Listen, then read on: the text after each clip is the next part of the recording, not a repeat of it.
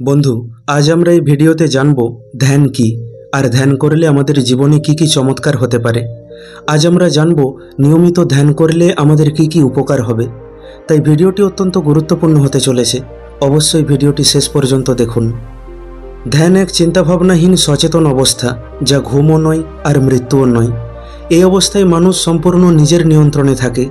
সবথেকে আশ্চর্যের বিষয় হলো, এই অবস্থায় মানুষের চিন্তাভাবনা একদম উধাও হয়ে যায়। তাই এই সময় মানুষ তার নিজের মস্তিষ্ককে অন্য কারো বিচার করতে বা অন্য কারো কথা ভাবতে ব্যবহার করে না। এই সময় মানুষের মস্তিষ্কে কোনো রকমের সাংসারিক ভাবনা থাকে না। এই সময় মানুষ সম্পূর্ণরূপে সচেতন থাকে, নিজের মধ্যেই মগ্ন থাকে। যোগব্যায়ামের 8টি অঙ্গ যম, নিয়ম, আসন, প্রাণায়াম, প্রত্যাহার, ধারণা, ধ্যান এবং সমাধি। এর মধ্যে 7ম অঙ্গ হলো ধ্যান, যা সমাধির পূর্বের অবস্থা। আদি শঙ্করাচার্যের মতে কোনো জিনিসকে নিয়ে চিন্তাভাবনা না করাটাকেই ধ্যান বলে। সহজভাবে বললে ধ্যান হলো শান্তির এক অনুভূতি।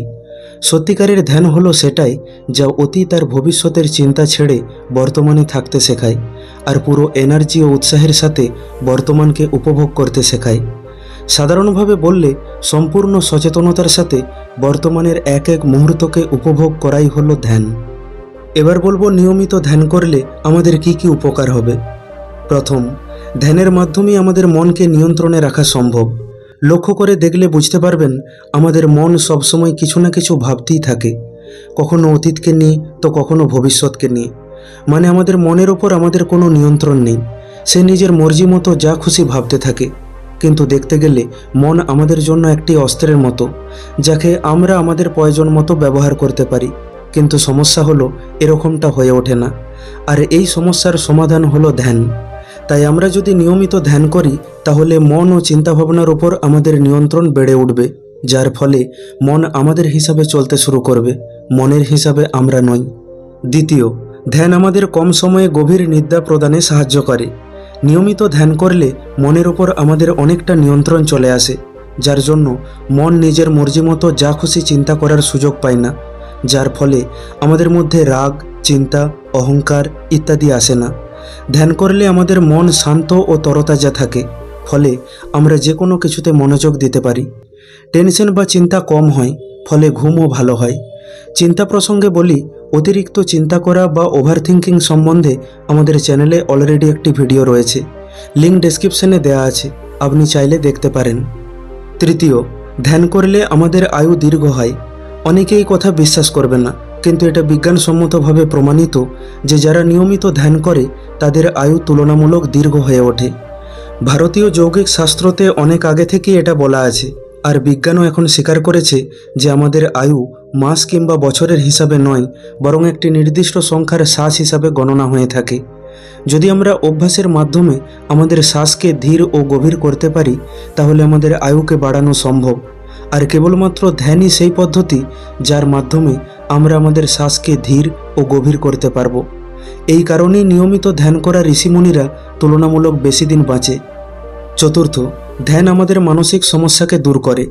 ধ্যান করলে রাগ, ভয়, চিন্তা কম হয়। সবার প্রথমে এটা বুঝুন যে চিন্তা কী। কোনো জিনিসকে নিয়ে বারবার বা ক্রমাগত ভাবাকেই চিন্তা বলে। যখন আমরা কোনো জিনিসকে নিয়ে বা কোনো ব্যক্তিকে নিয়ে প্রয়োজনের অতিরিক্ত ভাবতে থাকি, তখন আমাদের ভিতরে চিন্তা উৎপন্ন হতে শুরু করে, আর এই চিন্তা থেকেই বিভিন্ন রোগের জন্ম হয়।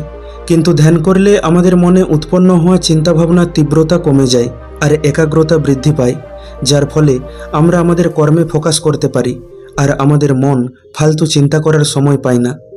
পঞ্চম, ধ্যান করলে আমাদের শরীরের উজ্জ্বলতা বৃদ্ধি পায়, আমাদের চোখে মুখে শান্তি ফুটে ওঠে। সারাদিন আমরা নিজেকে ফ্রেশ বা তরতাজা অনুভব করি, আমাদের স্বভাব ধীর স্থির হয়ে ওঠে, কর্ম করার জন্য আমরা এনার্জেটিক হয়ে উঠি। আমাদের হাঁটা চলা, উঠা বসা, কথাবার্তাতে সৌজন্য ও সামঞ্জস্য গড়ে ওঠে। সব মিলিয়ে আমাদের পার্সোনালিটি একটি ম্যাগনেটিক পার্সোনালিটি হয়ে ওঠে, যার ফলে মানুষ আমাদের সাথে মিশতে চায়, আমাদেরকে জানতে চায়, আমাদের সাথে কথাবার্তা বলতে চায়। এক কথায় বললে মানুষ আমাদের প্রতি আকৃষ্ট হয়ে ওঠে। ষষ্ঠ, ধ্যান আমাদের বর্তমানে বাঁচতে শেখায়। ধ্যানের আসল উদ্দেশ্যই হলো বর্তমানকে অনুভব করা। ধ্যান আমাদের অতীত আর ভবিষ্যতের চিন্তা থেকে বের করে বর্তমানে নিয়ে আসে। আমাদের আসল সমস্যা হলো আমরা বর্তমানে থাকতে পারি না। হয় আমরা অতীতকে নিয়ে ভাবতে থাকি, আর না হয় ভবিষ্যৎকে নিয়ে চিন্তা করি। কিন্তু আমরা যদি একবার বর্তমানে বাঁচতে শিখে যাই, তাহলে আমাদের 95% মানসিক চিন্তা নিজে নিজেই দূর হয়ে যাবে। কারণ আমরা তখন সচেতন হয়ে উঠব। আমরা তখন যে কোনো জিনিস বা সমস্যাকে সেরকমই দেখার চেষ্টা করব যেরকম সেগুলো আসলে হয়ে থাকে। আমরা সেগুলোকে বাড়িয়ে বাড়িয়ে ভাবার চেষ্টা করব না, যার ফলে আমরা খুব সহজেই যে কোনো সমস্যার সমাধান করতে পারবো। আর সমস্যাকে দেখার এই দৃষ্টিভঙ্গি কেবল ধ্যান থেকেই আসে, কারণ ধ্যানই আমাদের বর্তমানকে দেখতে শেখায়। সপ্তম, ধ্যান আমাদের মধ্যে করুণা ও প্রেম সৃষ্টি করে, যার ফলে আমরা মানুষকে ক্ষমা করতে শিখি। ক্ষমা করলে সবথেকে বেশি লাভ আমাদের নিজেদেরই হয়ে থাকে, কারণ ক্ষমা করলে আমাদের ভিতর থেকে রাগ, হিংসা ও ঘৃণা দূর হয়ে যায়। তাই অপরকে ক্ষমা করে দিন, তাদের জন্য নয়, নিজের জন্য। মনে রাখবেন, ক্ষমা করলে আমরাই বেশি শান্তি ও খুশিতে থাকব। ধ্যান করলে আমাদের ভিতরে পজিটিভিটি বেড়ে ওঠে। তখন আমরা অন্যের ভুল ত্রুটির বদলে অন্যের গুণ দেখা শুরু করে দিই। ধ্যান আমাদের মধ্যে এমন দৃষ্টিভঙ্গি তৈরি করে, যার ফলে খুব সহজেই আমরা অন্যের দুঃখ কষ্ট অনুভব করতে পারি। ধ্যান আমাদের দয়ালু করে তোলে। অষ্টম, ধ্যান আমাদের আত্মবিশ্বাসকে বাড়িয়ে তোলে। আমাদের আত্মবিশ্বাস কম হওয়ার পিছনে আসল কারণ হলো নিজেকে অন্যের সাথে তুলনা করা, মানুষের সমালোচনা ও নেগেটিভ কথাকে নিজের মধ্যে জমিয়ে রাখা, অতীতের হারকে মনের ভিতরে লুকিয়ে রাখা, আর মনে মনে এটা ভাবা যে ভবিষ্যতেও আমার সাথে একই রকম হবে। এই রকম চিন্তাভাবনাই আমাদের আত্মবিশ্বাসকে ভেঙে দেয়। কিন্তু নিয়মিত ধ্যান করলে এই সব অবাঞ্ছিত চিন্তাভাবনা আমাদের ভিতর থেকে দূর হয়ে যায়। ধ্যান আমাদের মন থেকে এই সব নেগেটিভ ভাবনাকে খালি করে নতুন আর পজিটিভ চিন্তাভাবনার জন্ম দেয়, যার ফলে আমাদের আত্মবিশ্বাস বেড়ে ওঠে। এমনকি নিয়মিত ধ্যান করলে আমরা আমাদের মস্তিষ্ককে রিপ্রোগ্রামিংও করতে পারি। তাছাড়া ধ্যান করলে আমাদের মন ও শরীরে যে পরিবর্তন আসে তা আমাদের কনফিডেন্স লেভেলকে বাড়িয়ে তোলে। নবম, ধ্যান করলে আমাদের স্মৃতিশক্তি বৃদ্ধি পায়। একবার এক রিসার্চ টিম 100 জন মানুষকে নিয়ে একটি রিসার্চ করে। প্রথমে তাদেরকে 50 জন করে দুটি ভাগে ভাগ করা হয়। তারপর প্রথম গ্রুপের 50 জন মানুষকে আগামী 45 দিন রোজ 20 মিনিট করে ধ্যানের অভ্যাস করানো হয়। আর দ্বিতীয় গ্রুপের 50 জনকে ধ্যান করানো হয় না, বরং তারা যা করতে চাইছিল তাদের তাই করতে দেওয়া হয়।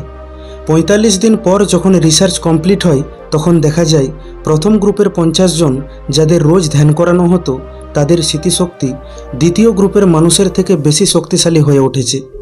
এটা তো হলো এখনকার বিজ্ঞানের কিছু পরীক্ষা, কিন্তু ধ্যান করলে যে স্মৃতিশক্তি বাড়ে তার প্রমাণ আদি শঙ্করাচার্য, স্বামী বিবেকানন্দর মতো মহান যোগীরা অনেক আগেই দিয়ে দিয়েছেন।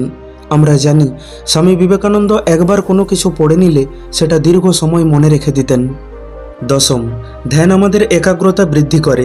কখনো কখনো আমরা আমাদের কাজে মনোযোগ দিতে পারি না, তার কারণ হলো আমাদের মনে উৎপন্ন হওয়া বিভিন্ন চিন্তাভাবনা।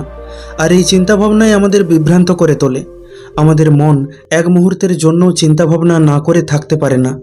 একদিনে আমাদের মনে প্রায় 60,000 চিন্তাভাবনা আসে, কিন্তু ধ্যান আমাদের মনে উৎপন্ন হওয়া চিন্তাভাবনার তীব্রতাকে কম করে। ফলে আমাদের মন হালকা ও খালি হয়ে ওঠে, যার ফলে আমরা যে কোনো কিছুতে ফোকাস করতে পারি, যে কোনো কিছুতে একাগ্রতা নিয়ে আসতে পারি। এছাড়া দুশ্চিন্তা, হাঁপানি, ক্যান্সার, দীর্ঘস্থায়ী ব্যথা, বিষণ্ণতা, হৃদরোগ, উচ্চ রক্তচাপ, বিরক্তিকর পেটের সমস্যা, ঘুমের সমস্যা, টেনশনে মাথা ব্যথা, এরকম নানান সমস্যায় ধ্যান অনেক সময় খুব উপকারী হয়ে ওঠে।